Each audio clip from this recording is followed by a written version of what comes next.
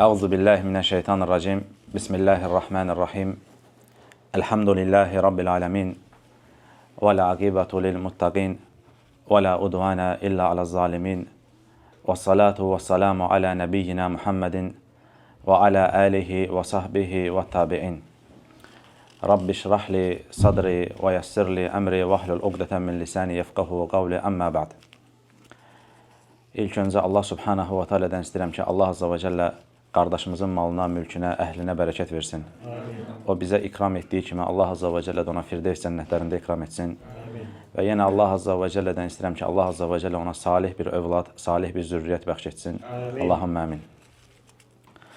Və sonra artıq gəldik, çatdıq Ramazan ayının 27-ci gecəsinə. Və hamımız şahid oluruq ki, necə ömrümüz surətlə keçir, necə ömrümüzdən günlər keçir və necə surətlə Allah azza və cəlləyə doğru, necə surətlə Allaha doğru gedirik. Və bəzi insanlar bunun fərqindədir, bəzi insanlar isə bunun fərqində deyil. Bizə düşən şey bunun fərqində olmaqdır. O gün ki, gələcək insanlar Allah subhanahu wa ta'alənin önündə toplanacaqlar, necə bayaq qardaş namazda oxudu, Allah azza və cəllə o gün mücrim olanların hallarının heç də yaxşı olmadığını, o mücrimlərin, o günahkarların Allah azza və cəllənin önündə durduqları halı Allah azza və cəllə bizə bildirdi. Və həqiqətən o gün çətin bir gün olacaq. O gün elə bir gündür ki, Allah subhanahu wa ta'ala o günü yevmul həsrə adlandırır. Yəni peşmançılıq günü. O gün hər kəs peşman olacaq. O gün bütün insanlar peşman olacaqlar. Nəyə görə peşman olacaqlar? Allah subhanahu wa ta'alənin əmirlərini yerinə yetirmədiklərindən dolayı. Hətta o gün elə bir gündür ki, möminlər belə o gün peşman olurlar. Peşman olmuş olduqları şey nədir? Allah azza və cəlliyə niyə görə daha çox qulluq eləyə bilmədik? Niyə görə Allah subhanahu wa ta'alənin əmirlərini yerinə haqqı ilə yetirə bilmədik? O gün insanlar, hətta möminlər peşman olurlar. Həmin o peşmançılıq günü, həsrət günü elə bir gündür ki, Allah subhanahu wa ta'ala o günün insana nəyi fayda verdiyini bizə bildirir. يَوْمَ لَا يَنْفَعُ مَالُ وَلَا بَنُوهُ O gün insana nə onun malı, nə dövləti fayda verməyəcək. İllə mən ətə Allahə bi qalbin səlim Yalnız səlim olan, salamat olan qəlbdən başqa. Və həmin gün insana sadəcə və sadəcə insanın səlim olan qəlbi fayda verir. Onun malı, mülkü fayda vermir. Və həmin gün çətin bir gündür. Elə bir gündür ki, atanın balaya düşmən olduğu bir gündür. Ananın övladından qaçmış olduğu bir gündür. Yəni, ananın balasından qaçmağını kim təsəvvür edə bilir ki? İndi uşaqlar həyətdə oynayırlar, ana evin içərisindən qutka göndərir, papaq göndərir, düzdür? Titriyir onun üzərində. Uşaq yemək yedi, yemədi. Uşaq yemək yemirsə, ananın boğazından yemək keçmir.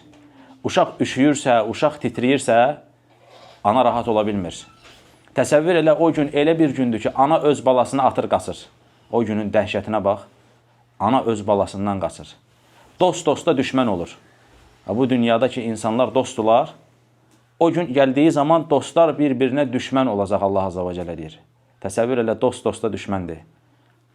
Ata övladına deyir ki, ey oğlum deyir, sənin üçün necə bir ata olmuşam?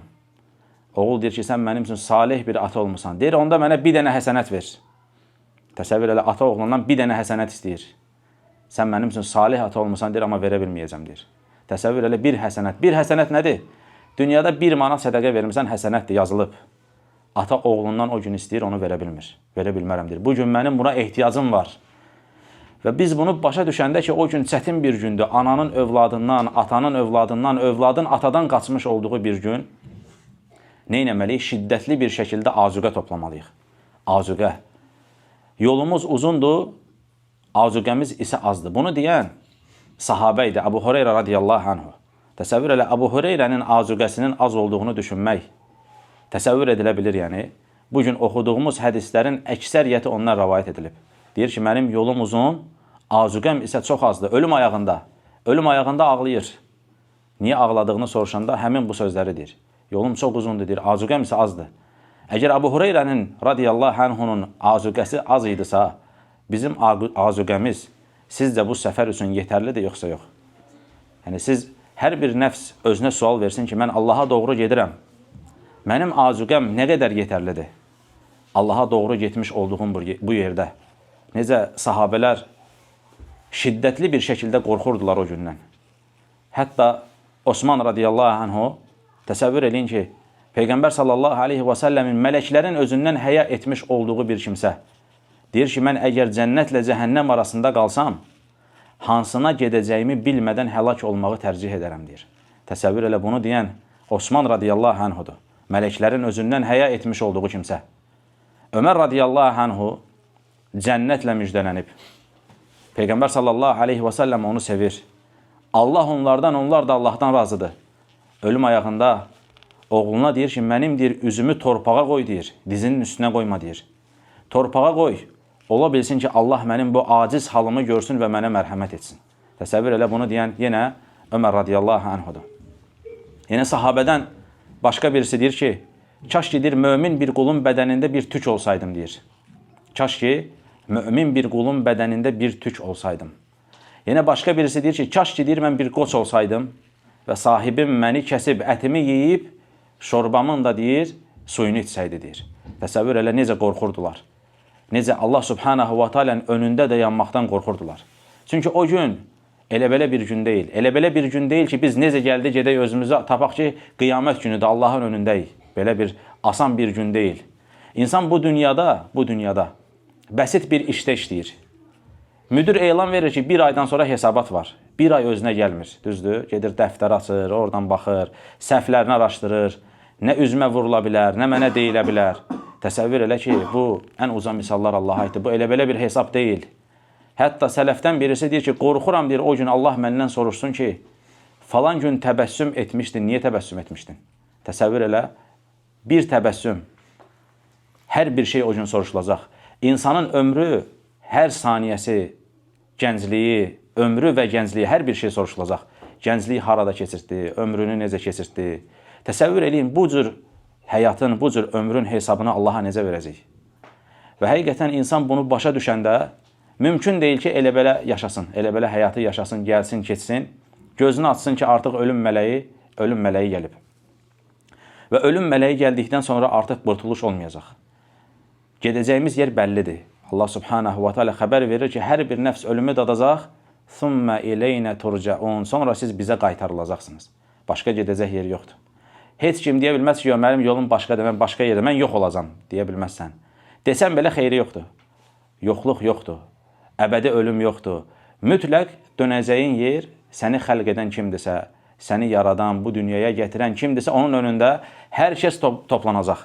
Allah azza və cəllə siz bizə qaytarılacaqsınız, deyir. Vallahi bu sözün əzəmətini insan gələ, mümin insan başa düşsün.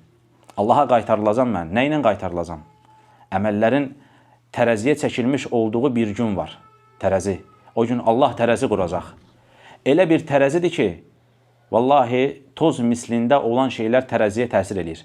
O qızıl ölçən tərəzilər olur, hani bu dünyada çox azı belə təsir edir tərəziyə. Təsəvvür elə ki, o tərəzi heç bir şeydir. Allah subhanahu wa ta'alənin qurmuş olduğu tərəzi daha həssas bir tərəzidir. Fərqi yoxdur orada 1 qəpik, 1 milyon. Hamısı tərəzidədir. Nə inəmisənsə. Bu 1 qəpikdir, bu 1 milyondur. Biri yazılıb, biri yazılmayıb. Yoxdur belə şey. Hamısı yazılıb. Balaca günahdır, yazmayıblar mələklər. Ancaq böyükləri yazırlar. Yoxdur belə şey. Böyük, kiçik, hər bir şey oradadır. Hətta o gün Allah subhanahu wa ta'ala kitabını oxuyan insanların təəccübünü bizə bildirir.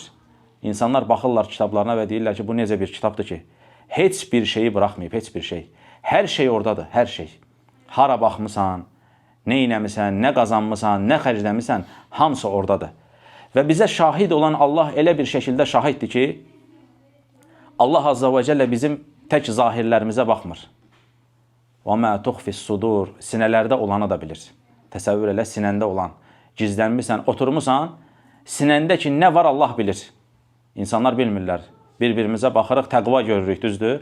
Bir-birimizə baxırıq, namaz, sədəqə, Qur'an, hər şeyin gözəlini görürük. Amma bizim görmədiyimizi görən var. Bizim şahid ola bilmədiyimizə şahid olan var. Və həmin o şahid olan Allah subhanahu wa ta'ala qiyamət günü məhkəmənin sahibi də odur. Təsəvvür elə, həm şahiddir, həm də məhkəmənin sahibidir. Təsəvvür elə, belə yerdən Allah sənə rəhm eləməsə, Allah mənə rəhm eləməsə, Allah bizi bağışlamasa kim bizi qurtaracaq? Kim bizi xilas eləyə bilər? Heç kimsə. Allahın əzəmətindən, Allah Azza və Cəllənin qarşısında dayanmaqdan heç kim bizi xilas eləyə bilməz. Ona görə sələflər bunu başa düşmüşdülər.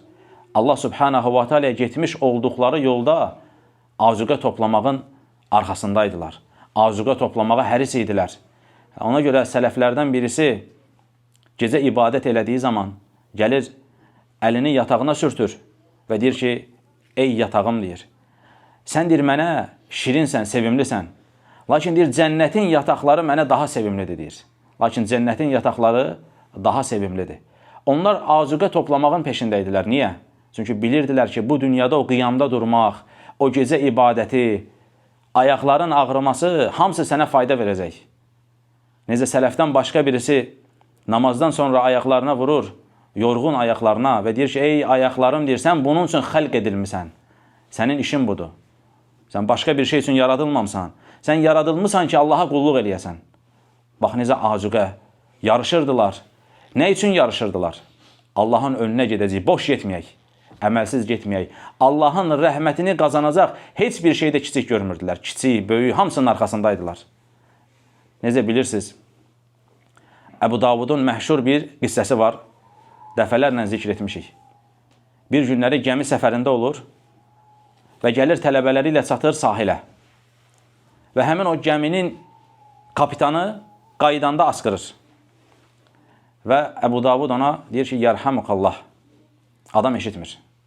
Əbu Davud yanındakı başqa bir gəmisi tutur, ona 1 dinar verir və deyir ki, məni ona çatdır. Tələbələrinə deyir ki, gözlüyün gəlirəm. Gedir onun arxasınca düşür. Və ona deyir ki, yərhamukallah. O da cavab verir və sonra geri qayıdır. Tələbələr deyirlər ki, ey imam, niyə belə elədin ki? Biz səfərdəyik, zaten yolumuz məşəqqətlidir, o qədər yol gəlmişik. Eşitmədi. Əbu Davud deyir ki, bilmirəm ki, deyir Allah Subhanahu wa Ta'ala məni hansı əməlin qarşılığında cənnətinə qoyacaq. Bilmirəm ki, Allah Subhanahu wa Ta'ala məni hansı əməlin müqabilində mənə rəhm eləyəcək. O günləri hamı yatır. Axşam olur, insanlar yatırlar. Və tələbələr deyirlər ki, o gecə hamımız belə bir səs eşitdik. Əbu Davud cənnəti 1 dirhəmə satın aldı. Əbu Davud cənnəti 1 dirhəmə satın aldı. Təsəvvür eləyin ki, insanlar var ki, bu dünyada milyonlarına verirlər. Düzdür? Heç bir şey yoxdur. Allahın önünə gedəcəksən ki, tozdur, heç nə yoxdur. Niyə?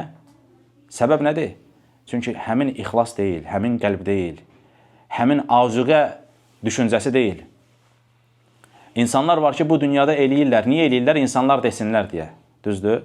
Keçən dəfə də bu barədə danışdıq. Əlləzinəhum yuraun. Onlar riyakarlıq edirlər, deyir Allah Azza və Cəllə. Göstərirlər.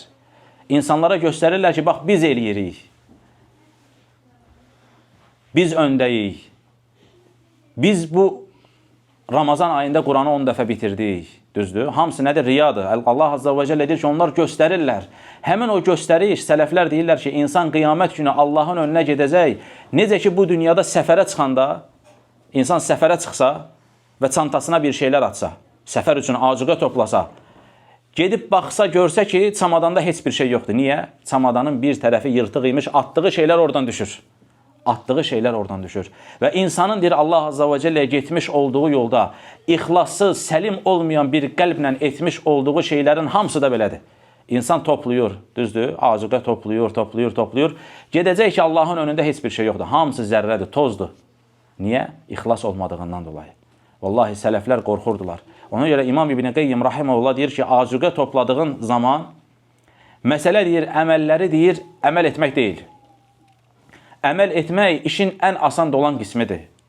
Məsələ deyir, bu əməli Allaha səlim, salamat bir şəkildə çatdırmaqdır. Əməl eləmək nə var ki, hamı namaz qılır. Düzdür? Hamı sədəqə verə bilir. Hamı Quran oxuya bilir. Fəqət bunu Allahın önünə salamat bir şəkildə çatdıra biləcək, yoxsa yox, mühüm olan budur. İbn Qeyyim rahimehullah deyir ki, bunu insanın özən göstərməsi gerəkən şey budur. Allaha çatdırmaq, qorumaq. Qorumaq necə olur? Onu bütün pisliklərdən, o əməli, necə sələflərdən birisi deyir ki, əməl elədinsə deyir, onu göz bəbəyin kimi qoru. İnsan göz bəbəyini necə qoruyur? Gələn təhlükələrdən, gələn zərərlərdən. Bir şey olan kimi gözünü qırpır ki, gözünə zərər olmasın. O əməli deyir, elə qoru. Qorx ki, deyir, o əməl Allahın önünə salamat çatmasın. Necə pis bir şeydir. İnsan bu dünyada çalışır. Nə işimiz var? Gecə saat 1-dir, 2-dir. Niyə buradayıq ki? Allahın rızası üçün, düzdür? Oturmuşuq. Səhərə qədər oturacağıq. Səbəb nədir? Allahın rızasını ümid edirik, düzdür? Allahın rəhmətini cəlb etməyə çalışırıq. Təsəvvür et ki, bu yorğunluq qiyamət günü görsən ki, heç nə yoxdur. Niyə? Niyə gəlmişdin ora? Gəlməsən pis baxacaqdılar. Təsəvvür elə, bir dənə niyyət, bir dənə batil niyyət. Gəlməsəm, ayıb olacaq. Getməsəm, Quran oxumasaydım, hamı oxuyurdu axı. Mən oxumasam deyəcəklər, ona bax, Quran oxumur. Hamısı nədir? İnsanın əməlini puç edən işlərdəndir. Sələflər qorxurdular. Necə Ömər İbn Abdüləziz bir bəldiyə məktub yazdığı zaman məktubu yazır, cırır atır. Bir də yazır. Bir də cırır atır. Yazır, bir də cırır atır. Yanındakı adam deyir, möminlərin əmri, niyə belə edirsən ki? Deyir, vallahi yazdığıma baxaram, deyir. Necə cümlələr arxa-arxaya düzülüb. Qorxuram ki, deyir, şeytan mənə buradan yaxınlaşsın, deyir. Təsəvvür elə, gözəl bir yazmış olduğu yazını cırır atır ki, birdən şeytan onu oradan yaxınlaşar, əməlini puç eləyər. Necə qorxurdular. Əməli Allaha çatdırmaq, əməl eləmək deyil, əməl hamı eləyə bilir. Düzdür, əməli çatdırmaq Allaha səlim və salamat formada. Dedi ki, əməli Allaha çatdırmaq salamat bir şəkildə ən çətin olan işlərdəndir. Və bunun kiçiyi, böyüyü olmur. İnsanlar var ki, milyonlar eləyirlər, ixlas olmadığına görə puçdur. Qiyamət günü heç bir şey yoxdur. Adam var elə ixlasla 1 manat verir ki, həmin o ixlası səbəbi ilə Allah onu bağışlaya bilir. Ona görə bizə düşən şey əməlləri kiçik görməməkdir. Nə əməl olursa olsun, önümüzə Allahın çıxarmış olduğu hər bir fürsəti dəyərləndirəcəyik, azuqə olaraq görəcəyik. Duha namazı bir azuqədir. Sən duha namazı qılmayanda, oturanda, məsələn, oturmuşsan, səhər saat 9-dur. Baxırsan ki, boş işlə məşğulsan. Instagramda, TikTokda videolara baxırsan. Özünə de ki, ey nəfsim, tərəzini xatırla. Həmin o duha namazı var ki, 2 rükət sənin tərəzini oynadacaq. İnsan o hesabı başa düşsə, o peşmançılıq gününü gözünün önünə gətirsə, oturub belə şey eləyə bilər, eləyə bilməz. Namazdan sonra olan zikirlər, təsəvvür elə, hər Subhanallah 1 saniyə alır. La ilahə illallah kəlməsi 1 saniyə alır. İnsan vaxtını gözəl, səmərəli keçirməlidir. Bu, həmin vaxt sayəsində insan Allah Subhanahu wa Ta'ala'nın rəhmətini cəlb eləyə bilir. Niyə görə sələflərin yanında vaxt önəmli idi? Çünki həmin o azuqa toplamağın yolu vaxtla keçir. İnsan gələ vaxtını zayi eləməsin. Ömrümüz əriyir. Ömrümüz bir buz kimi əriyir. Necə sələflərdən birisi deyir ki, əlində sərmayəsi əriyən deyir, bu adama yazığınız gəlsin. Deyir, o adam ki, deyir, çöldə buz satırdı. Əlində sərmayəsi əriyən bu adama yazığınız gəlsin. Və insan vaxtın dəyərini bilməlidir. Vaxt elə belə bir şey deyil. Bax, bu günləri içimizdə olan qardaşlar var, 40 yaş, 50 yaş soruş. Vallahi deyəcək, gözümü yumub açmışam, buradayım, bu yaşdayım. Çox uzağa getməyə ehtiyac yoxdur. Öz nəfslərimiz, dünənləri həyətdə futbol oynayan uşaqlar indi gəlib çatıblar 30 yaşına. Düzdür? Həyat belədir. İnsan gözünü yumur, keçir. Ən gözümüzün önündə olan bariz nümunəsi nədir? Ramazan ayı. Dünən girdi, bugün yoxdur. Dünən qardaşlar xəbər axtarırlar ki, ay göründü, yoxsa yox. Ay göründü, nədir? Ay bitdi artıq. 2 gün, 3 gün qalıb bayrama. Və insana bu, böyük bir nümunədir. Ömür gedir. Və hələ bilinmir ki, sən o ömrü umumən yaşaya biləcəksən, yoxsa yox. Ola bilsin ki, heç sabahı görə bilmədik. Ola bilsin ki, heç Ramazanın sonunu görə bilmədik. Ola bilsin ki, umumən bir daha Ramazan görə bilmədik. Nə qədər belə insanlar var idi. Keçən Ramazan gördülər, bu Ramazan yoxdular. Məgər bizim üçün eynisi keçərli deyil. Eynisi bizim üçün də keçərlidir. Allahdan qorxacağıq, vaxtımızın dəyərini biləcəyik. Allahın önünə getdiyimizi bilməliyik və elə belə gediş deyil, vallahi, surətli gedişdir. Surətli gedişdir və əzəmətli yerə gedirsən. Geri dönüşü olmayan yerə gedirik. Geri dönüşü yoxdur. Heç bir şey eləyə bilməyəcəksən. O gün sənin günahların, savablarından çox olsa, Allah da səni bağışlamasa cəhənnəmə gedirsən. Təsəvvür elə, tərəzi. 99, 100 günah, 99 savab, cəhənnəmə gedirsən. Allah səni bağışlamasa, Allah səni o anda rəhm etməsə, Allah sənin günahların üzərindən keçməsə, sən hara gedirsən? Ateşə gedirsən. Allah bizi salamatda etsin. İndi bunu bilən insan, bu tərəzini bilən insan, necə sələflər deyirlər ki, ola bilsin ki, qiyamət günü bir dənə Subhanallah sənin imdadına yetişsin, deyir. Bir dənə Subhanallah. Dünyada bir dənə Subhanallah demək.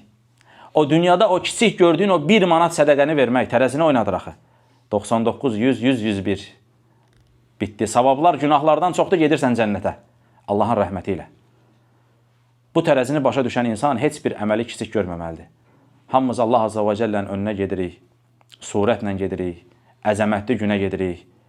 Və elə bir şəkildədir ki, insan o günləri etmiş olduğu o günahlar ki var, hansı ki onlara da tövbə eləyib. Allah Subhanahu wa Ta'ala mərhəmətlilərin ən mərhəmətlisidir. Allah Azza və Cəllə o günahları silir. Tövbələri bağışlayan, tövbələri qəbul edən bir ilahımız var, bir Rəbbimiz var. Və lakin həmin o tövbə elədiyimiz günahlar ki var, əməl dəftərinə yazılıb. Əməl dəftərinə yazılıb.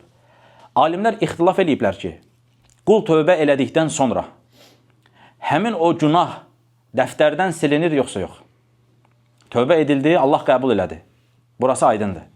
Bəzi alimlər deyiblər ki, qul tövbə eləsə də o dəftərdə qalır. Ona görə sələf imamlarından soruşanda ki, sən bu barədə nə düşünürsən? Deyir ki, əgər ağlamaq deyir sadəcə buna görə olmuş olsaydı, insanlara yetərdir ki, oturub ancaq ağlasınlar deyir. Təsəvvür elə nə demək istəyir? Yəni Allah səni bağışlayıb, sən ona görə əzab görməyəcəksən, amma əməl dəftərində qalıb. Sadəcə deyir, ağlamaq buna görə olsaydı, insanlara gərəkli idi ki, oturub ancaq ağlasınlar. Niyə görə belə deyir? Çünki Allahın önündə olacaqsan. Allah Azza və Cəllə sənə nəzər eləyəcək. Allahın önündə olduğun həmin o günah dəftərdədir. İnsan necə həya eləməsin? Sənə bu qədər neymətlər verən Allaha asilik eləməsən. Necə insan ağlamasın bundan dolayı? Allahdan istəyirik ki, Allah Azza və Cəllə əməl dəftərimizdə olan bütün günahları bizə bağışlasın. Allah Azza və Cəllə o Allah ki, mərhəmətlərin ən mərhəmətlisidir, bizə mərhəmət etsin. O Allah ki, onun mərhəməti bizim günahlarımızdan daha böyük və daha əzəmətlidir. Allah bizi əfv etsin. Allah Azza və Cəllədən istəyirəm ki, Allah qiyamət günü bizim üzümüzü ağ etsin. Allah Azza və Cəllədən istəyirəm ki, o gün üzü qaralmış kimsələrdən bizi etməsin. Allah Azza və Cəllə əməl dəftərini sağdan alanlardan bizi etsin. Hansılar ki, onlar Allah Subhanahu wa Ta'ala buyurur ki, o sağ əməlini, sağ dəftərini, sağ əlini alanlar haqqında xoşbəxt bir həyat sürəcək uca cənnətdə. Allah bizə o ən uca cənnəti nəsib etsin. Allah Azza və Cəllə bizə od əzabını haram etsin. Allah Azza və Cəllə bizi ailələrimizlə bərabər cənnətin ən gözəl yerlərinə qoysun. Allah Azza və Cəllə bizi Rasulullah sallallahu aleyhi və səlləmə qonşu etsin. Bu həyatda qəflət içərisində olanlardan bizi etməsin. Dünyada da, ahirətdə də bizim üzümüzü ağ etsin. Bizi kişi kimi, müsəlman kimi yaşatsın və müsəlman kimi də, kişi kimi də bizim canımızı alsın. Allah Azza və Cəllədən istəyirəm ki, o müsəlmanlar ki, əziyyət altındadır, Allah onlara yardım etsin. Allah Azza və Cəllə bütün sıxıntıda olan müsəlmanlara yardım etsin. Xəstə olanlara şəfa versin. Allah Azza və Cəllədən istəyirəm ki, o kimsələr ki, müsəlmanlara zərər vurur, Allah onların zərərlərini başlarına keçirsin. Allah Azza və Cəllə münafiqləri ifşa etsin. Allah onları rəzil etsin. Allah onları elə bir şəkildə ibrətli etsin ki, sonradan gələnlərə ibrət olsunlar. Allah Azza və Cəllə müsəlmanlara əziyyət etməyi planlayan, əziyyət edən hər bir kəsin əziyyətini başına keçirsin. Allah Azza və Cəllə bizi dünyada da, ahirətdə də afiyyət içərisində etsin. Allahümmə amin, Allahümmə amin, Allahümmə amin. Və axiru davana enilhamdülillahi Rabbil alemin.